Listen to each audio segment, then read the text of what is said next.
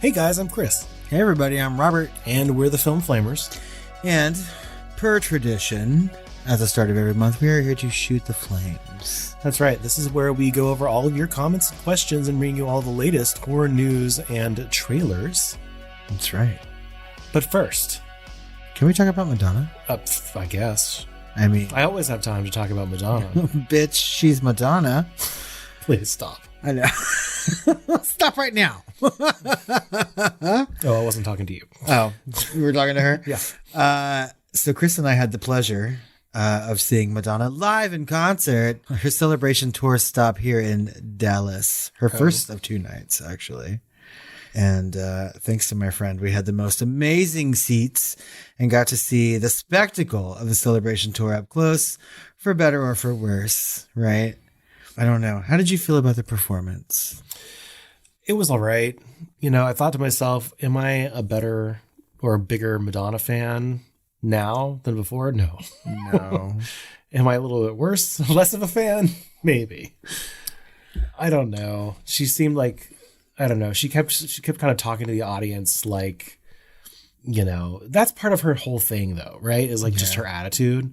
Because bitch, she's Madonna. Yeah, bitch, I'm Madonna, blah, blah, blah. Don't make me repeat myself. She's kind of jokey about it, tongue-in-cheek a little bit, but she's always kind of a bitch with a tongue in a cheek. Yeah. Right? And so that's kind of what it is, but she was also 2 hours late, you know? She was incredibly late. Yeah. Unspeakably late. And we knew that going in, so it didn't really bother us. You know, we ourselves didn't show up till, you know, an hour and a half after the doors open, right? Mm-hmm.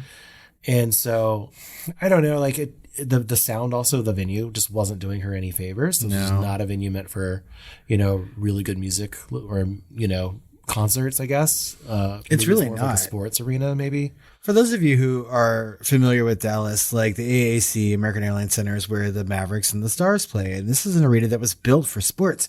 And yet they continue to have concerts there. And it's just not great for musical sound. Yeah, it's not. And it was very muddy and very low and high. And there was no mid-range at all. Anyway, I'm kind of an audiophile, and like I'm not a big concert person anyway. Yeah. Unless it's really like live band music, right? And I really do enjoy going to like the symphony. Yeah. For sure. Which is why like the best venues are like the Meyerson in Dallas or Bass Hall in Fort Worth, you know? So I don't know. I will say though, bitch can put on a good show. She can. There was a lot more interpretive dance than I thought there was going to be. I thought it was a spectacle. More like, you know, just like her career in music versus like her life through music. Yeah. You know, and it seemed like she was just really kind of full of herself a little bit. You know, it seemed kind of exploitative a little bit in hindsight. She had like this moment about AIDS, and then she also had a moment at the end of when we were leaving with Michael Jackson, and she put a bunch of photos of her and Michael Jackson when they knew each other for about 10 minutes. Right. They dated briefly or something. Michael Jackson, they went on one date to the Oscars one year. Or something like that. And, you know, and the next year he Michael took Jackson monkey. did not like her. Shocking. You know, and she was much more provocative than he was and everything in certain ways. And, anyway, so it kind of seemed exploitative. And then, of course, we missed the best part. Yes. So, to be fair, like throughout the night, she was kind of a hot mess. Like there were moments when she was speaking and I was like, she's got to be drunk. I mean, she's like moments away from like talking about a Carvana heist. And she was holding a beer bottle, you know, and she was like, there's no beer in here. It's just water. And I'm like, sure, Jan, but I don't know. And then toward the end of the night, and we had walked out at this point. So Chris sent me a video the following day. Do you want to comment on what you sent me? Yeah. So it's just the last little bit of the Michael Jackson thing. And then she did Bitch on Madonna as an encore, I guess. And we don't care about that song. And we're all about 80s and 90s Madonna. Yes. And so, and maybe a little bit of 2000 sprinkled in for flavor. A little bit of Confessions on a Dance Floor here and there. It's great. You know, which she did very little of. But anyway, so she's at the end. She has some sort of veil that I guess she's supposed to do something with. And so she flips it forward and just covers her face. And then she's trying to like get it out of her face again. And that's the end of the show. She's like dropping down to the stage. She's like placed properly at least, but she cannot get this veil out of front of her face. And so the last thing she does before the lights go out and then like this concert is over after the encore. And she goes, God damn it. I feel like that's it. We totally missed the best part. It was like the final culmination. And what I thought was like, I don't know. I feel like we witnessed a farewell tour without even being called that. You know what I mean? Yeah. Like this was like her last hurrah, her goodbye kind of thing. And it's a really big tour for her. It's supposed to be career spanning. And like, I feel like some of the choices she made in like song, she could have done better, to be fair. If you're never going to tour again, and she probably won't. You could tell that her first love, kind of like Lady Gaga's first love was acting. Yeah. Madonna's first love was dance. Yes. You can definitely tell that. Yeah. And she also said like the most controversial thing she ever did was stick around. Right. And so just like, it's kind of a fuck you to everyone that was being like, she's too old for this. There was like funny videos going around where showing her dancing in place, kind of like giving her like the most movement she can do, but the least draining thing, And it just like, this is elder abuse. Stop it, or whatever. And like we laugh at that, but at the same time, she's right. She stuck around. She never just got out of the limelight. She doesn't care. Props to her for being 65 years old and going out on this kind of a tour.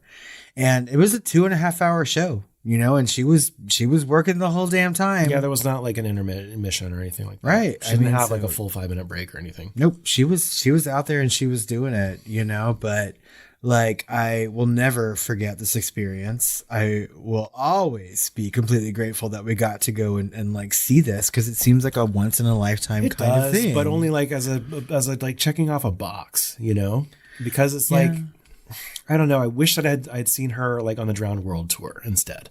Yeah. Like her at her prime, after some of the best music she'd ever came out with, Ray of Light and Music, were great, just like crescendos of her career. See, but that would have been like a good show to go and see and experience, right? Like musically and performatively. And I feel like this was a really fun show. I guess. Yeah, maybe not for the right reason sometimes. Fire and dancers were like tits out and, Yeah, there was titties for sure. Yeah, there was some bare ass and... There was all the things. Anyway, we've been talking about this for like 10 minutes. I know. Anyway, we saw Madonna, y'all. We are true gays. Yeah.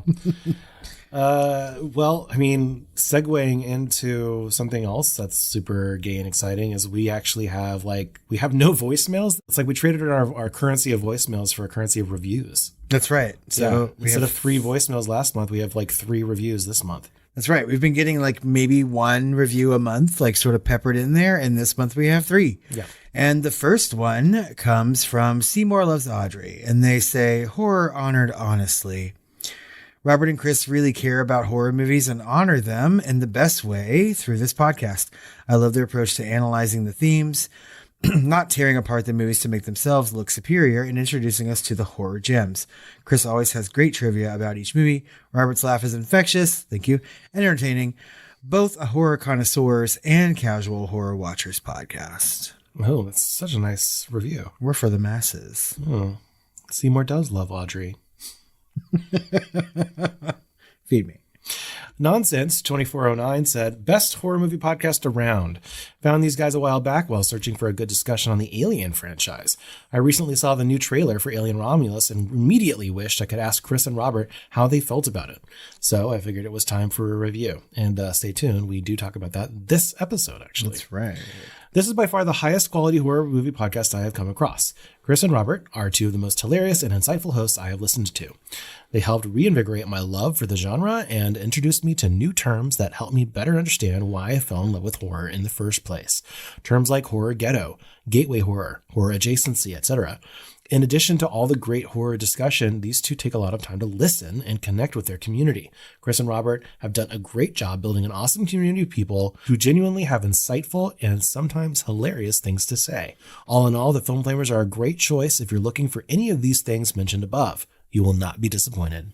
Oh, thank you, Nonsense. That was a long and amazing review. I love that. That really, really is. And stay tuned because we are going to be talking about the Romulus trailer because we've been talking about this movie for quite some time and have been waiting for that preview. Well, I also love validation when they mention things like horror ghetto, gateway horror, horror adjacency. It means people really are kind of getting the message. That's right. Which I love. That's kind of what our podcast is based around. Yeah. I mean, we use those terms on almost every single episode that we have. Yeah, it's like our podcast really has like the overall arching theme over the last 5 years has really been about what is horror, you know? Exactly. And I love that. We got a review from Julia90 Allison, and she left this on Australia iTunes.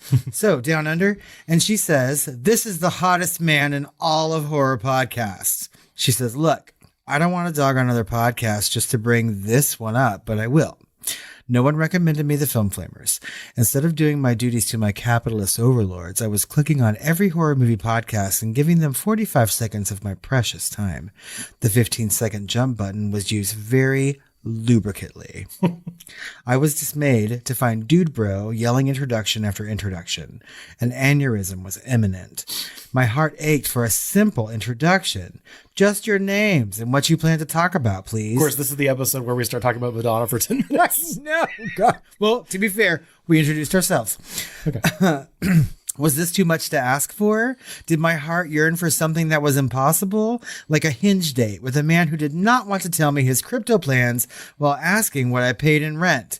Was I asking too much? And then the clouds parted, and sun shone through the industrial musty windows of Melbourne into my work desk.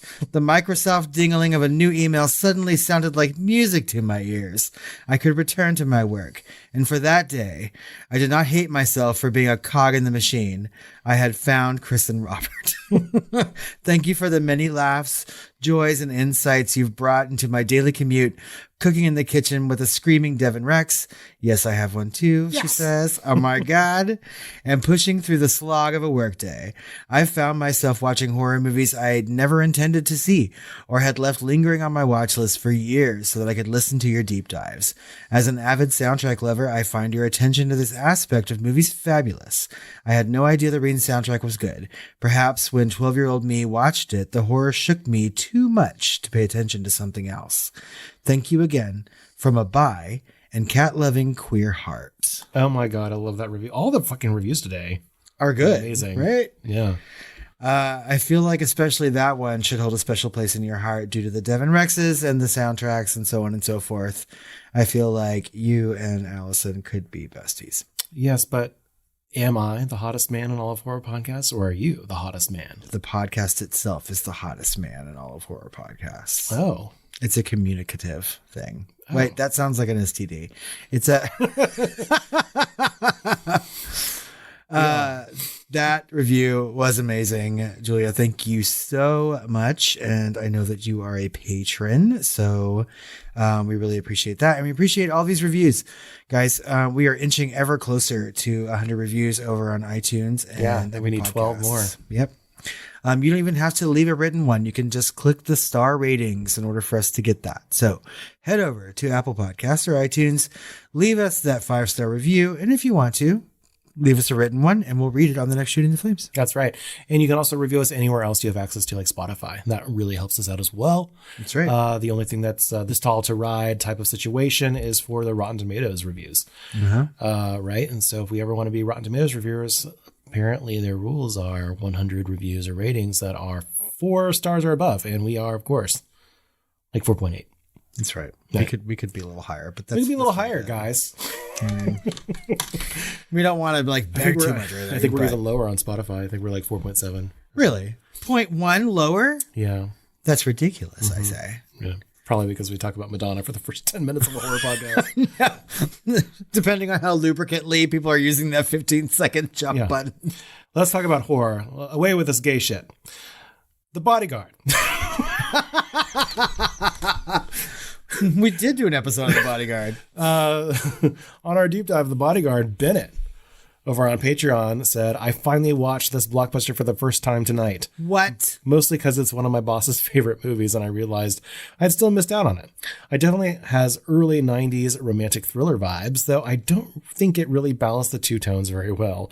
You're right, for all of its shortcomings, Whitney Houston's music is what catapulted this box office success. What I can't get over is how confused I felt when we learned the twist about her sister.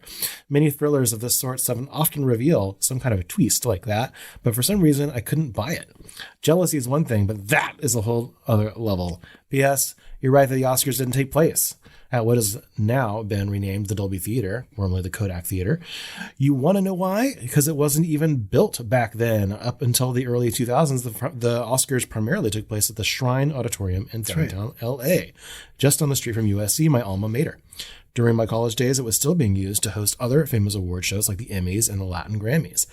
PPS, I can never grasp Hollywood movies with scenes that take place at the Oscars. It never plays well. Never. I think it played okay in this. What I'm most flabbergasted about this comment is that, Bennett, this is the first time you've seen The Bodyguard? Really? Okay. I mean, I guess some people are still discovering it, but I feel like you, of all people, should have seen this movie by now. Don't you dare. Don't you dare walk away from The Bodyguard. Actually, I forgot that they had that Oscars moment in this movie. Yeah, it's the ending scene. The fact ending, whatever action piece. that character, Rachel, was nominated for some kind of an Oscar. That was the least thing. Like, really? I don't think her name's Rachel. I think it is. No, it is. It is Rachel in the movie. I'm just like, I never believed it. Oh, that Whitney Houston's name was Rachel, the way she looked or whatever? Yeah. I mean, like, yeah. Well, the fact that that person was nominated for any kind of award, I don't know. I still love The Bodyguard, though. I'm glad you watched it. And that will always be one of my favorite Film Flamers episodes. Rachel just seems so Jewish. Anyway. We got a comment on our bonus episode covering Black Christmas, the 2019 version. The second remake? Yeah, the second remake. Bonnie J said, this movie just always reminds me of that frat episode of Buffy. Pretty much the same message, but also a nice phallic lizard snake demon to really drive the point home, Whedon style. That's a good point, Bonnie. And also, it's probably one of the few Buffy episodes I always feel comfortable skipping. Yes, amen. I do not care for that episode. Actually, that season is kind of hit or miss. So, from our bonus episode into Running Man, Bennett said, I rewatched this around the time Hunger Games movies started and thought it was a little ahead of the curve, despite it being so silly. The most memorable scene for me is the fake recording of Arnold and Jesse Ventura battling each other, where we get the surreal spectacle of two future governors duking it out. No film critics in the 80s could have seen that coming. Nope. Although I feel like we talked about that while watching the movie. Yeah. Did we not? The most amazing deepfake. Maybe that's how our voting should go in the future for democracy. I fully support that. Biden versus Trump.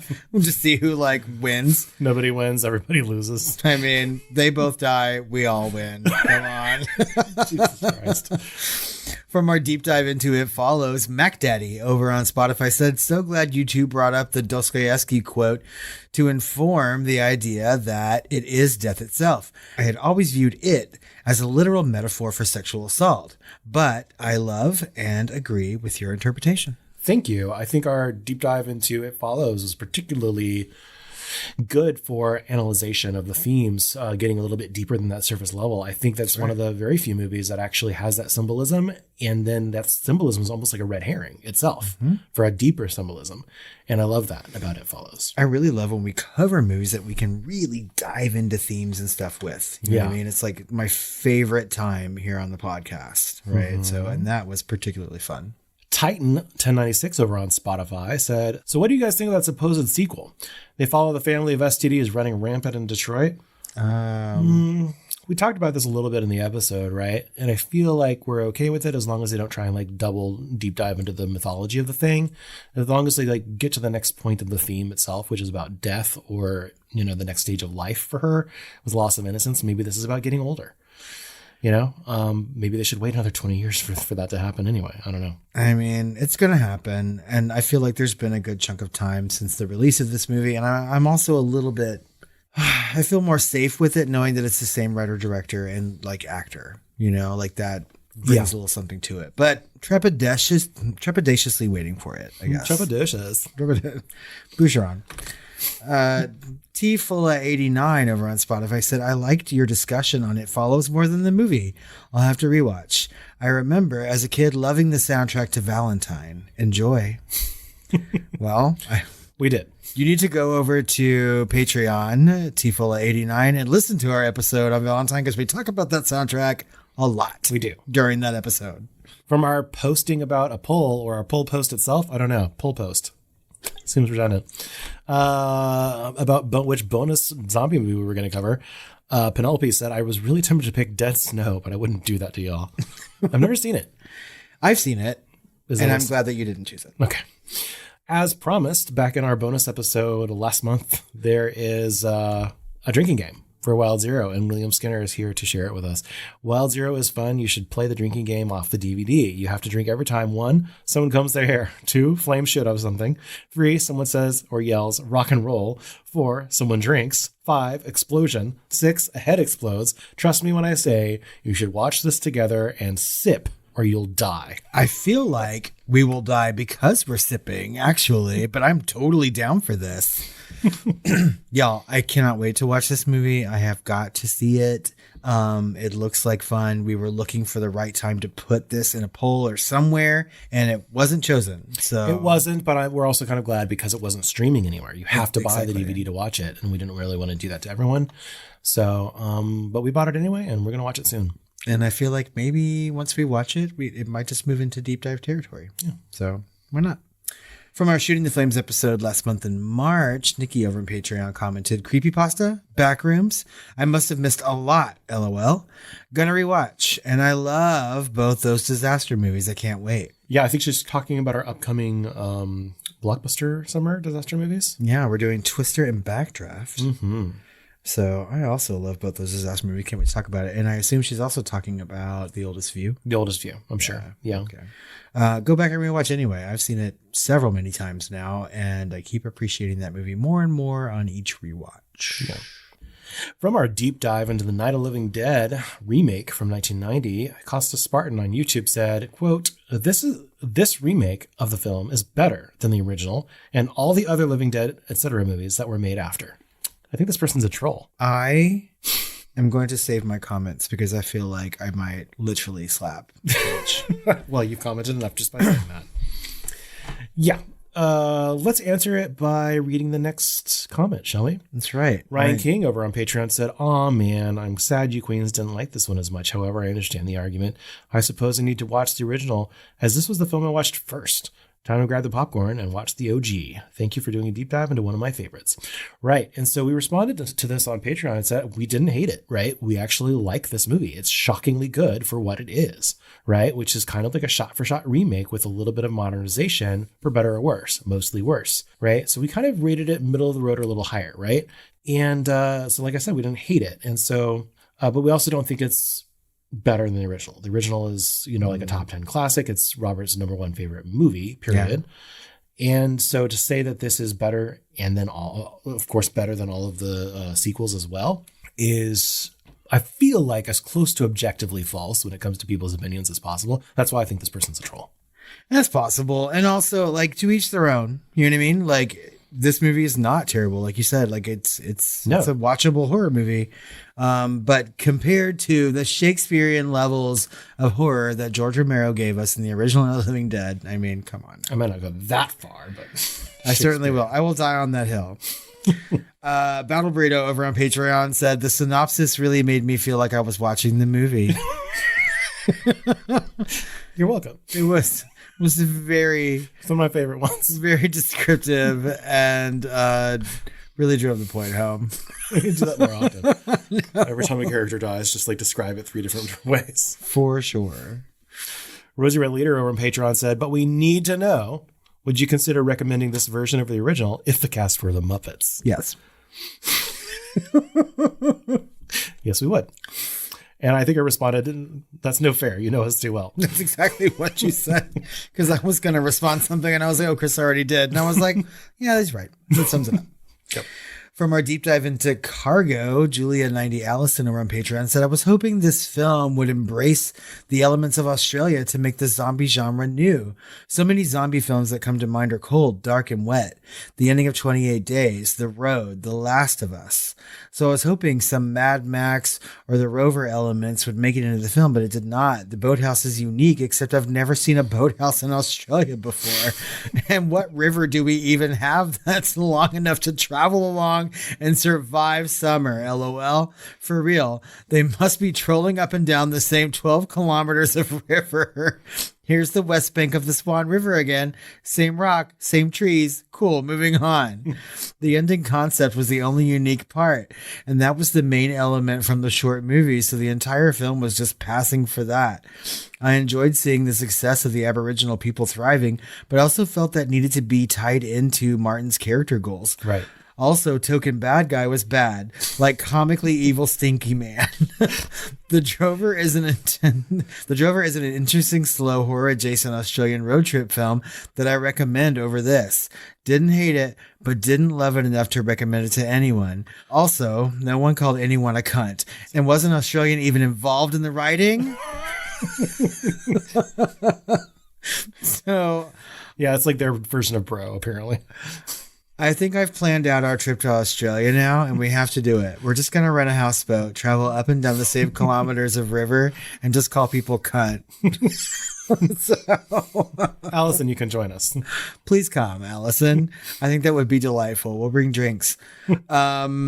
I totally agree with everything that you said in this comment. Right. Like, Me too. You really nailed, I think, how Chris and I felt about this movie. And I think that we went into it with kind of high expectations, and that alone should be enough to make us stop having expectations about movies, but we're peoples. Yeah. So Yeah, some questions and such. we do. Yeah. So Call Me Lestat sent us an email and said, "Gentlemen, one day, perhaps you could include Coraline in your discussions of horror adjacency. My apologies if you've already done this." No, I think we would continue that probably in our continuation of the polls and or deep dives of Gateway Horror Months that we do, I think every, November now? There was some talk of maybe skipping Gateway Horror this year in November, but I don't think that we've gotten that far in the docket We'll yet. eventually get Coraline, trust me. I've never seen it. Okay. It's the creepiest animation movie that you'll ever see, partially because it's not trying to be horror like Monster House or something would be, right? Right. Right. So I don't know, in a way it might be, but it's very Tim Burton-y, but I don't know, less playful. I don't know. Okay. I've only heard good things about Coraline. It's creepy. It's legitimately creepy, like Nightmare Fuel. Okay. Well, let me open up this drink and plan on adding Coraline to our docket at some point. We also got an email from Sinistero. And they say, "Dear Tired Queens, I have been listening to you faithfully since mid to late 2022. The Hellraiser redo was due to come out, and I was so hype about that movie. I know, hindsight is 2020, or in this point, 2022. Since I was talking about all things Hellraiser with friends online, a friend of mine from abroad recommended your podcast. She had just listened to your review of the original Hellraiser and thought you guys really nailed what she was looking for in a horror podcast, though she had tried others before. Your show was the first one that clicked due to being both funny and insightful. I gave you guys a try and listened to that specific episode, even though I'm not the biggest podcast person. My friend was right. I was hooked. Hooked, I say. Since then, I have mostly caught up on the back episodes and keep up with new ones. You have caused me to rewatch movies I have actively disliked and turned me around on them. I've also watched a ton of movies I probably wouldn't have been aware of because of you guys. Your hilarious banter and the queer lens you bring to horror keep me coming back. I am currently working on watching all of your top 10 picks for 2023. I just saw Q's last night and loved it. Too real. Too real. Love The Oldest View as well. You guys are the best thing to happen to Mondays in a long time. Josh. Oh, That's a really good email. yeah, it's almost like a review. Love it. Also, I feel like his friend must be Allison, right? Because we were talking about our ticket giveaways for the Overlook, right? And I think she said Sinistero could come as well, maybe. So I would really like to know, I think Sinistero is in the US, maybe. And Allison obviously is in Australia. And I would love to know how you guys know each other. That's kind of amazing too, because they're both patrons, right? Yeah. And they seem to converse online. I love that. We have a chat over on Patreon. So On the app, yeah. that's right. So that's kind of amazing that we have like two online friends who are fans of our podcast and send us the most amazing things. Yeah. So Speaking of two fans of our podcast, we have two new patrons. we do. Right. So this is Killscape. And Julia Allison. Yeah, So, who has commented and also given us a review, I believe. that's right. In this very episode. So thank you guys both for joining the Patreon family. But as always, we have to shout out the patrons at the Film Flamer tier or higher. And at the Film Inferno level, our highest level, we have Comulus Stacked. Kimberly. And Penelope. And at the Film Flamers tier, we got Anthony. Ashley. Ben. Big Dave. Glazed Donut. Hi, Glazed Donut. Jessica. Lisa. Nikki. Rosie Red Leader. Sinistero. Wallstritch. And William Skinner. But especially, let's say Sinistero. Yeah, that was a really good email. I really appreciate that. It was very heartfelt. And it makes me happy that you're not a podcast person, but listen to our podcast. Like that is the highest praise of all. Right. Horror news.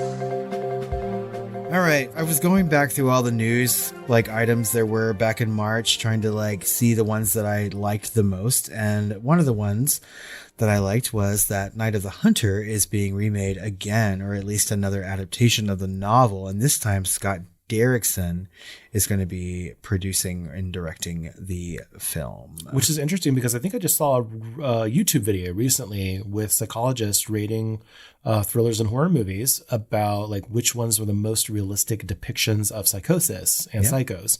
And Night of the Hunter, I think, was their number one. This is like a really prime example of really good classic horror adjacent stuff. Yeah. Like this is a classic film with Robert Mitchum in it. And it like some of the imagery in that movie is just like present all the time. It's made itself into pop culture.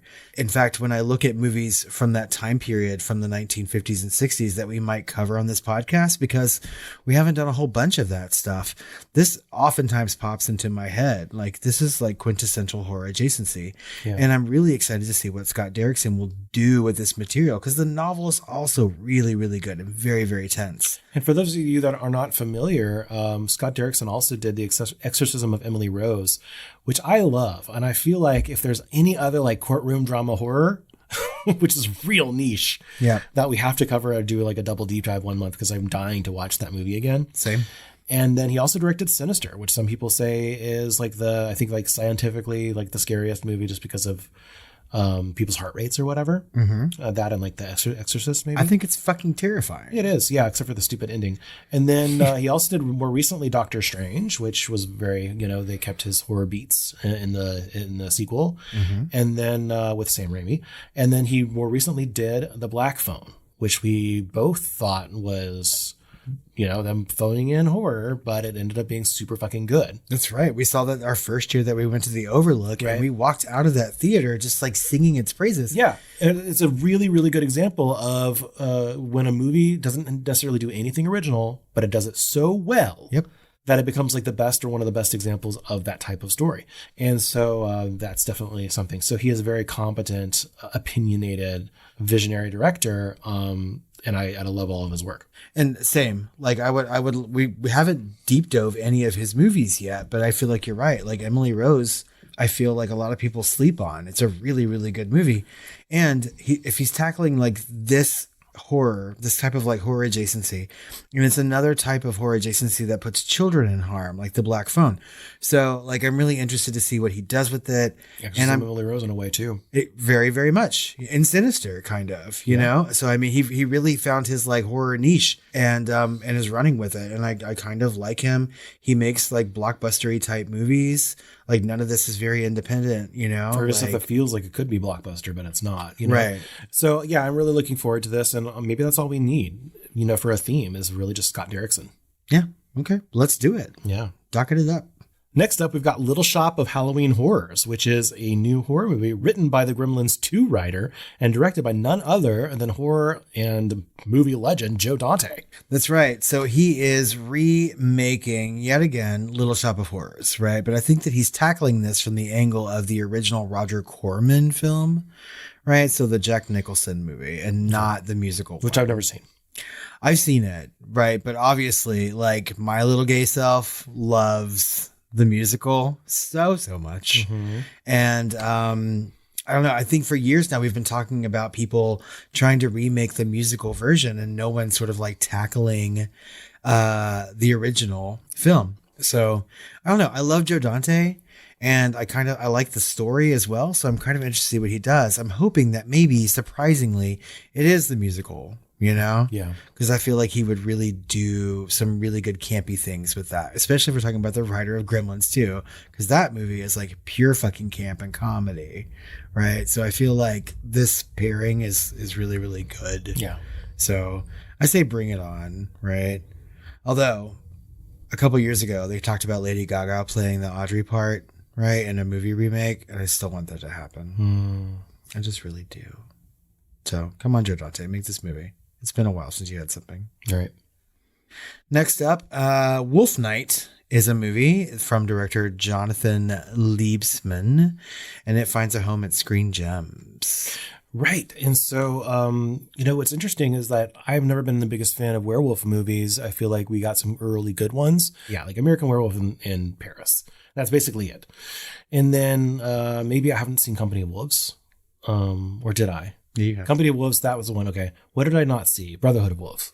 What Brotherhood of the Wolves? Yeah, I haven't seen Brotherhood of the Wolves. I haven't seen that one. But anyway, I generally don't like werewolf movies, right? Except recently we've gotten some really good ones, right?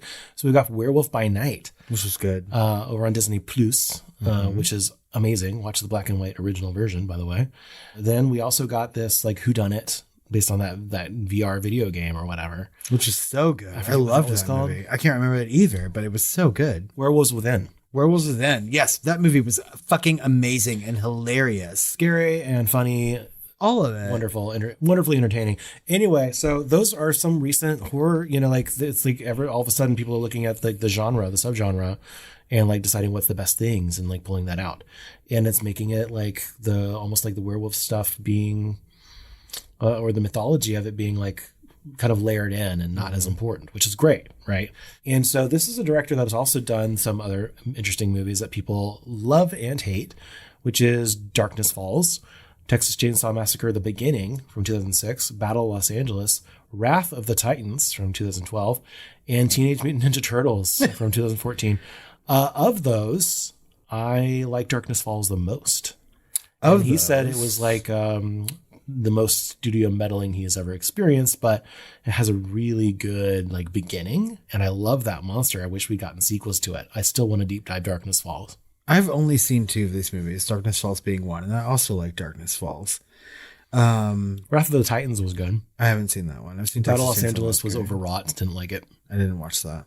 But I also really dislike werewolf movies. I think we talked about that in the few times that we've done a werewolf deep dive, right? So we've done like The Howling, right?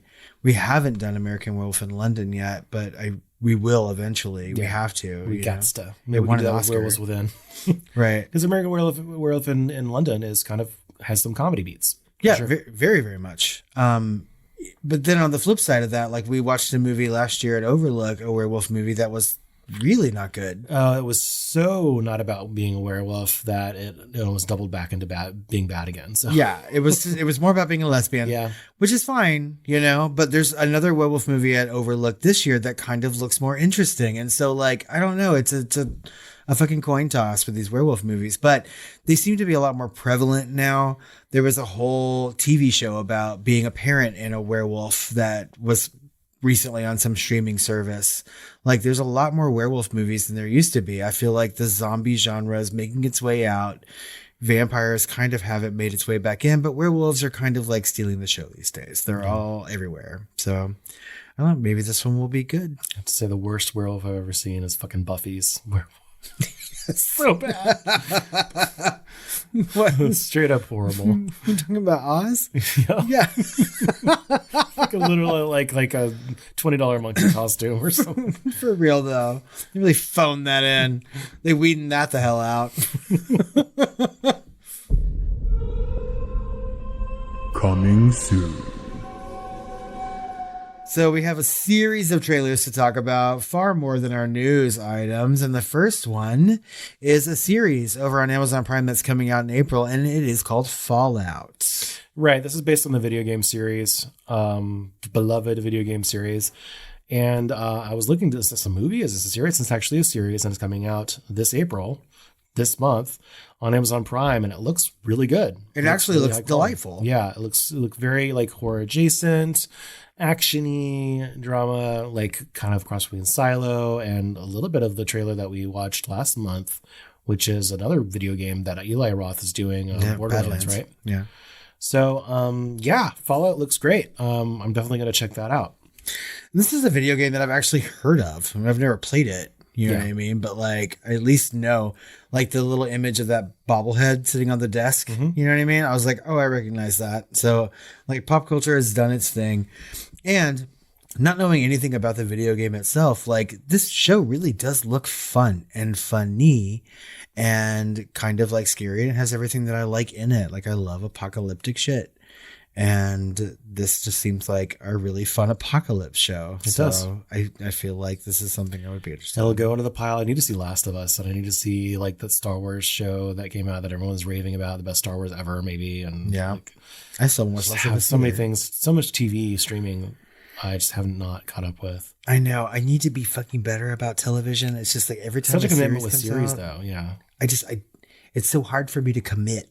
You know what I Yeah. mean? A movie I can watch in one sitting. A TV series takes me years to finish. Yeah. I need to be better at binging. Yeah. Or at least just finishing in, a couple of episodes for Interview with the Vampire or something, That's right. I'll get halfway into it. But who's and I'm keeping like- track? and then I just who's keeping track? I have a list of movies you never finished because you just walked away. I mean, Oh, it was too intense. it does happen. Or sometimes I just get bored and I'm like, you know what? I gave you guys 2 hours and you still have like another hour to go. I'm like, no, thank you. I have Golden Girls. to Just for watch. that comment, we are going to deep dive under the skin. Next month, no. Next trailer, we've got Atlas, which is coming over on Netflix in May.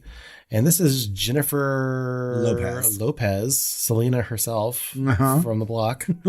Jenny from the block. Yeah, which is, I guess, future post-apocalyptic, future Ender's Gamey, mech warrior, survival, blood and guts, alien sci-fi, action thriller horror. It I don't looks- know.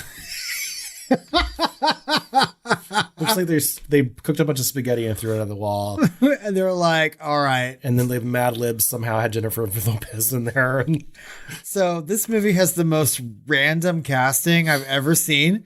Like Jennifer Lopez, first of all, where's she been for the last couple of years? I know she was on an Oscar shortlist a couple of years care ago. about the genre. I mean, think about the fucking Snake movie, Anaconda, and then she was in like The Cell, right? So she's good with genre. She is. She had this is a return. This is a return to genre for her. Yeah, but this movie looks like a worse version of the Fallout trailer that we just watched. You know what I mean? Like It looks like it's the snow version of Fallout. It kind of reminds me of that other movie that came out, like 10,000 BC or whatever the fuck it was. Oh, with Adam Driver? Adam Driver, the futuristic one where like they reveal the twist in the fucking trailer where That's it's right. like he's They're actually like- on prehistoric Earth and he has to fight dinosaurs with his like laser beams or whatever. Oh my God. Yeah, and it's Did you ever like, watch that? No. Okay. Me either. Are you going to watch Atlas? Yeah, probably. It looks good. The effects really look good. It really does. And I don't have to pay shit, right? It's on Netflix. Same with Fallout. I'm already paying for Atlas Prime. I'm already paying for Netflix and Amazon Prime, and Yeah. I mean, you're right. I don't know. Whenever paying is half the battle. we were not for me, like there are some streaming services. Half the battle is staying awake. There's some streaming services that I pay for and forget. Yeah. You know what I mean? Because apparently I'm paying for Peacock, but using your password, and I'm like, why? It's okay. We have a spreadsheet now. Thank God, because I'm gonna have to rectify this shit. I literally watch 2 streaming services on my TV, and they are Hulu and Disney Plus, and that's it. Okay. Anyway, I like Jennifer Lopez. Late at night when I'm in a mech. On Atlas. Her name is Alice. Oh, whatever. I wake up and watch The Strangers trailer, chapter 1, which is the next trailer that we're talking about.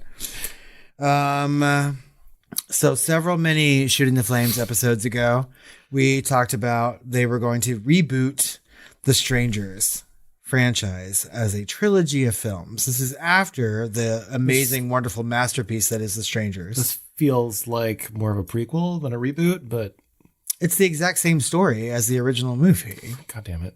I mean, it's a married couple or soon to be married couple are staying in a rented cabin, some sort of like remote Airbnb, and the strangers come up and they try to kill them because they're home. I didn't realize that. It's also directed by Rennie Harlan. God damn it. So, I mean, it's the same fucking movie, you know? Let's move on. Oh, God. But there's going to be 3 of them. Well, yeah, right. This is the It's like first there's going to be 3 trilogy. Exorcist movies. Yeah, you're right. Well, no, I feel like this will probably happen. But, I mean, there are some, like, prequel-esque things. It's supposed to be like how the strangers became the strangers. Basically, when all you have to do is rent out an Airbnb and get some strangers off the street to do these movies, then they're going to make millions. So. With all that being said, I will probably go see this in the theater on opening day. Really? Yes, because I love The Strangers. I saw The Strangers opening day in the theater, and it changed my life. It made me terrified for... Yeah, but what about Ever. the sequel? Did you see the sequel? I thought you said it wasn't very good. I didn't like the sequel the first time I watched it, but since I refuse to watch new things and only watch things I've seen before, I watched it again, and I liked it much better on the second I've only one. seen The Strangers once. Didn't have a inkling to watch the next one, and you know what? I barely even want to see the first one again. It scared me. It bothered me. Well, you're going to see this one with me anyway, so I will get the tickets, and that Friday night, we're going to go see it. Bah humbug. Okay. Speaking of Bah Humbug. Speaking of bah humbug, the Crow remake with Bill Skarsgård is in theaters in June. Check our show notes for the link. Anyway. This movie looks bad. It doesn't look great. It looks like they went into weird stylistic direction that not many people are going to be able to kind of latch on to. The only saving grace I think this movie has is that people who saw The Crow back in the 90s, and I was not one of them, will probably not go see this movie. So it's going to find a brand new audience of people who have probably never heard of or seen The Crow. There's also these people on the internet that are like hating on it for the wrong reasons. They're like, you should never remade it out of respect for like the magnum opus of Brandon Lee. And I'm like, that's a weird thing to think when that franchise has already had like 3 or 4 fucking sequels. That's right. Everybody in the world who was supposed to be an up-and-coming famous actor has played this character in some sort of sequel to that movie. God.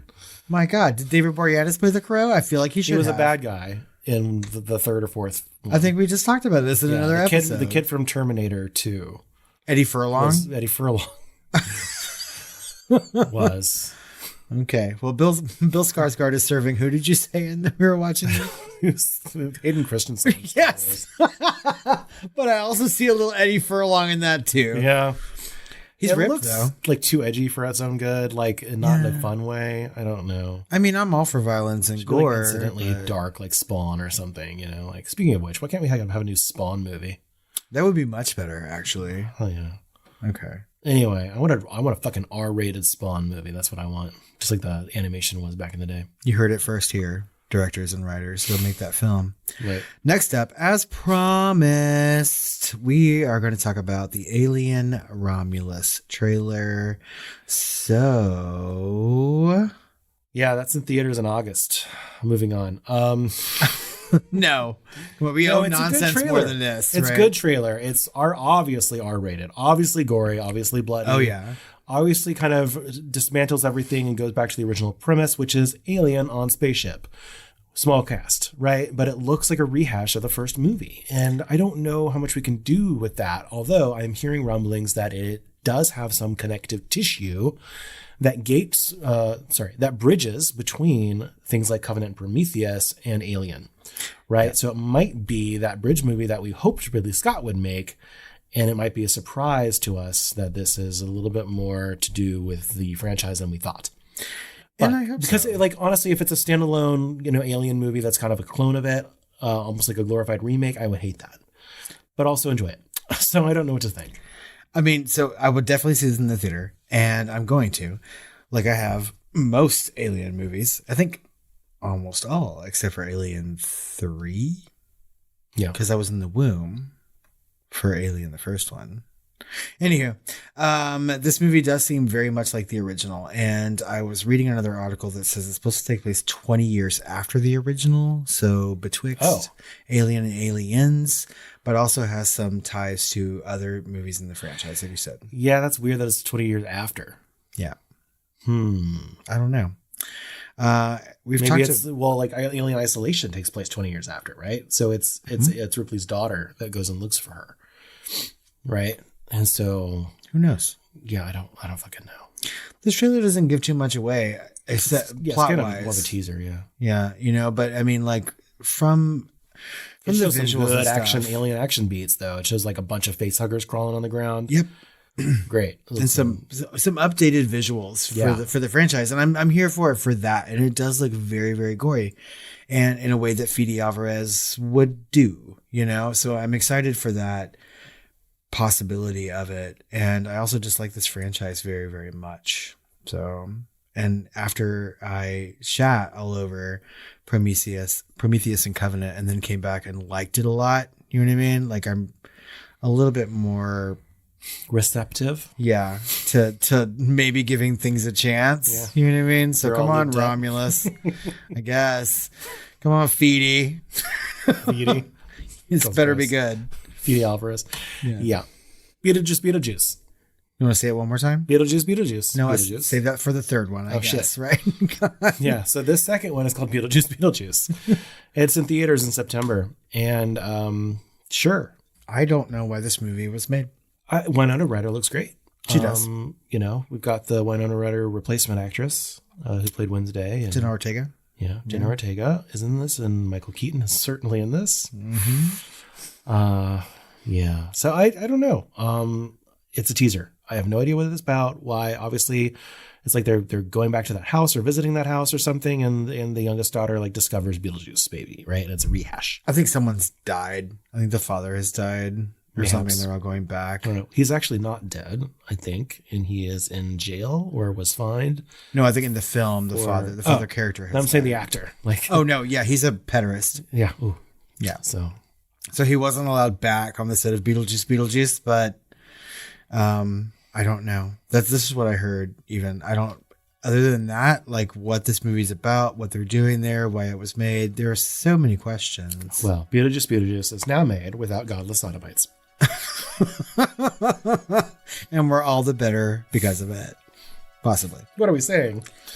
Okay. Anyway, that's it. That's all we got. It's a lot of trailers. Yeah, that's enough. 6 trailers. I think that just about wraps up our conversation. I think that, oh my God. It's a bad segue. I know. Didn't know how to end it. How do we normally end this shit? I don't know.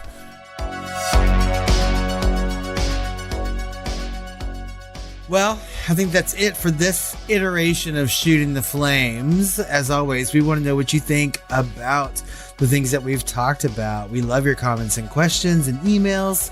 We will read them on Shooting the Flames. Find us on social media at The Film Flamers on Twitter, Facebook, or Instagram. You can email us at tiredqueens@filmflamers.com or call our hotline at 972-666-7733.